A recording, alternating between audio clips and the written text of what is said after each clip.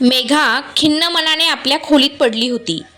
आज तिच्या सासूबाईंनी अगदीच किरकोळ कारणावरून तिला दोन कानाखाली मारल्या होत्या. तेव्हापासून तिचं मन खट्ट झालं होतं आणि ती विचार करत होती की संध्याकाळी जेव्हा तिचा नवरा महेश आणि सासरे घरी येतील तेव्हा ही गोष्ट नक्कीच त्यांच्याशी बोलेन. इतक्यात जेवायला बसलेल्या सासूबाई जोरजोरात आवाज देऊ लागल्या. जेव्हा ती निराश मनाने हॉलमध्ये आली तेव्हा सासूबाईंनी तिला रागाने पाहत म्हटलं, मेघा, मी तुझ्या आईप्रमाणेच आहे ना? दोन कानाखाली वाजवल्या म्हणून भाजीमध्ये तिखट घालून राग काढणार का? हे ऐकवतच सासूबाईंनी तिला अजून एक कानाखाली दिली. मेघा स्तब्ध झाली, पण आता ती गप्प बसू शकत नव्हती. ती रागाने उफाळून म्हणाली, सासूबाई, पहिली गोष्ट म्हणजे ज्यावेळी तुम्ही मला दोन कानाखाली वाजवल्या त्यासाठी मी अजून तुम्हाला माफ केलं नाही आहे आणि तुम्ही पुन्हा मला कानाखाली मारलात. दुसरी गोष्ट म्हणजे मी भाजी तुम्ही कानाखाली वाजवल्यानंतर नाही तर आधीच बनवली होती. काल तुम्हीच म्हणलात की तुम्हाला फिक्की भाजी आवडत नाही, म्हणूनच मी थोडं तिखट घातलं होतं. पण आज भाजी थोडी तिखट झाली म्हणून तुम्हाला मला मारायचा अधिकार नाही. ती थांबली नाही. पुढे म्हणाली, आई, आणि राहिली गोष्ट माझ्या आईची, तर माझी आई मला कधीच मारत नव्हती जे मी तुमचा मार सहन करावा. तुम्हाला जर आई होण्याची हौस असेल तर तुमच्या मुलीला बोलवा आणि तिच्यावर हात उचला, मला नाही. मी इथे सासरी तुमच्या हाताखाली येण्यासाठी आलेली नाही. चूक तर प्रत्येकाच्याच हातून होतात. तुम्ही मला प्रेमाने सांगू शकता, पण माझ्या प्रत्येक चुकांवर तुम्ही मला मारू शकत नाही. आणि जोपर्यंत या गोष्टीवर निर्णय होत नाही तोपर्यंत मी घरातल्या एकाही कामाला हात लावणार नाही.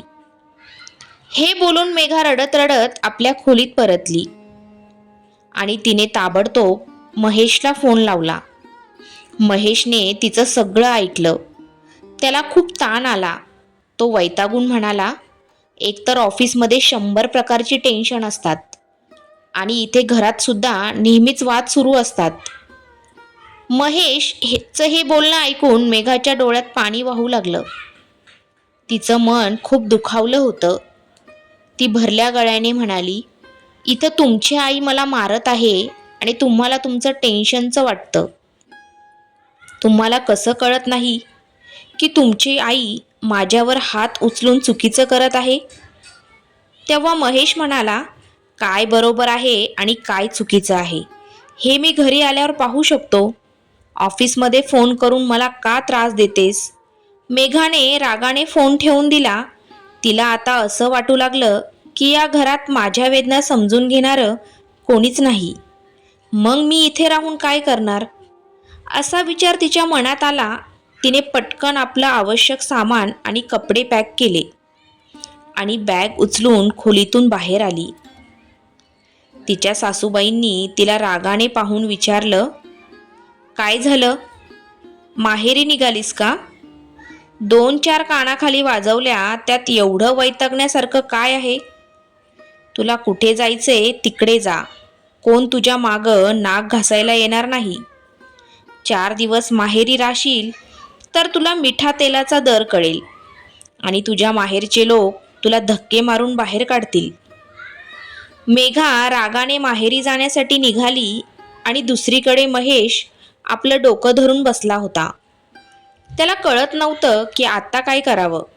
त्याच्या ऑफिसमध्ये बॉसने त्याला कोणत्या तरी कारणावरून ओरडलं होतं, त्यामुळे त्याचा मूड आधीच खराब होता आणि वरून मेघाने घरचं रडगाणं ऐकवलं होतं, ज्यामुळे त्याने तिला रागात बोलून टाकलं. पण थोड्या वेळाने शांत डोक्याने विचार केल्यानंतर त्याला जाणवलं की खरंच त्याची आई मेघावर हात उचलून चुकीचं करते. असा विचार करता त्याने आपल्या आईला फोन केला. आईने रागाने उत्तर दिलं, तुझी बायको घर सोडून पळून गेली आहे. कसला मर्द आहेस तू? स्वतःच्या बायकोला कंट्रोलमध्ये ठेवू शकत नाहीस. एवढं बोलून आईने फोन ठेवून दिला. आता महेश अगदी वैतागला आणि विचार करू लागला, घरात तमाशा करतील हे लोक आणि कंट्रोल मी बायकोवर ठेवायचा. शेवटी ती पण माणूस आहे, तिला पण कोणत्या गोष्टीचं वाईट वाटू शकतं. महेशचं ऑफिसमध्ये आता मन लागत नव्हतं. ऑफिस सुटायची वेळ आली म्हणून तो पटापटा काम उरकून घरी निघाला. घरी परतल्यावर त्याला घरात एक विचित्र शांतता जाणवली. आई कदाचित शेजारी गेली होती. तो हॉलमध्ये गेला आणि सोफ्यावर पडला.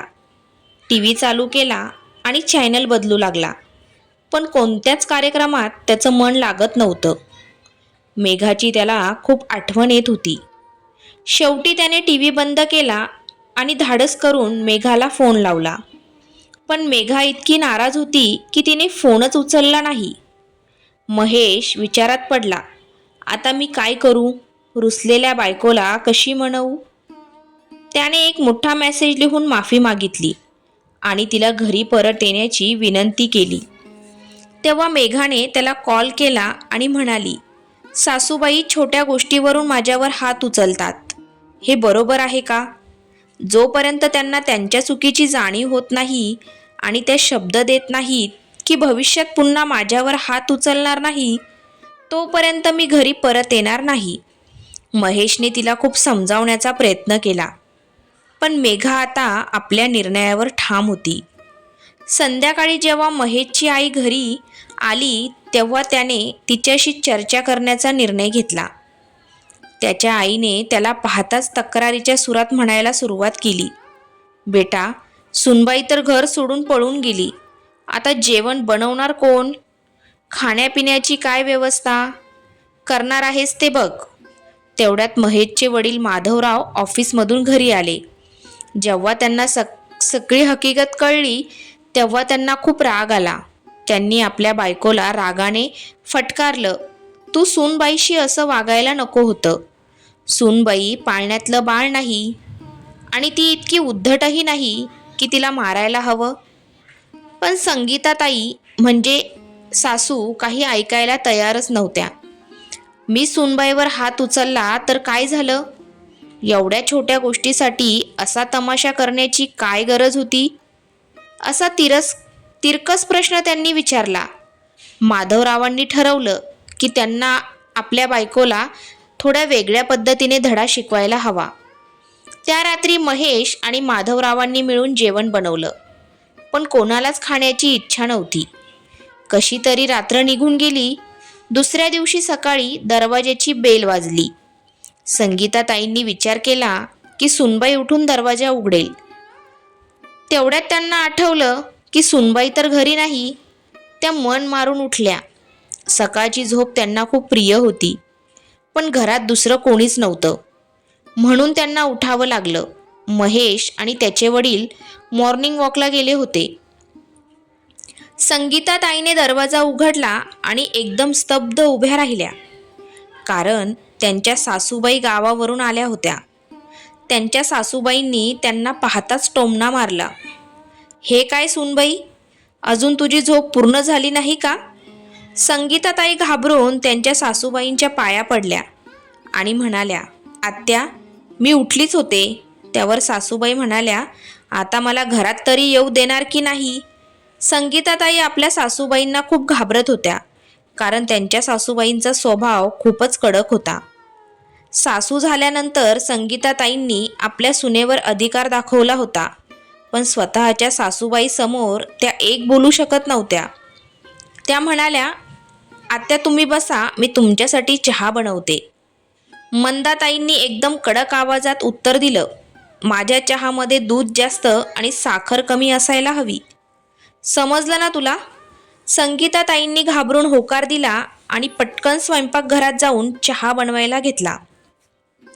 सासूबाई घरी आल्या असल्याने संगीताताई घाई गडबडीत त्यांना चहा देऊन घराची साफसफाई करायला लागल्या. त्याचबरोबर त्यांनी अंघोळ करून देवाला दिवा लावला. त्या त्यांच्या सासूबाईंच्या समोर एक चांगली सून असल्याचा आभास निर्माण करण्याचा प्रयत्न करत होत्या, जेणेकरून त्यांना राग सहन करावा लागणार नाही. नाश्ता बनवताना संगीताताईंची अवस्था वाईट झाली होती. कारण सूनबाई आल्यानंतर संगीताताईच्या कामाची सवय सुटली होती. मंदाताईंनी त्यांच्याकडे पाहून विचारलं, अगं सूनबाई, तुझी सून कुठे आहे? अजून झोपलेली आहे का?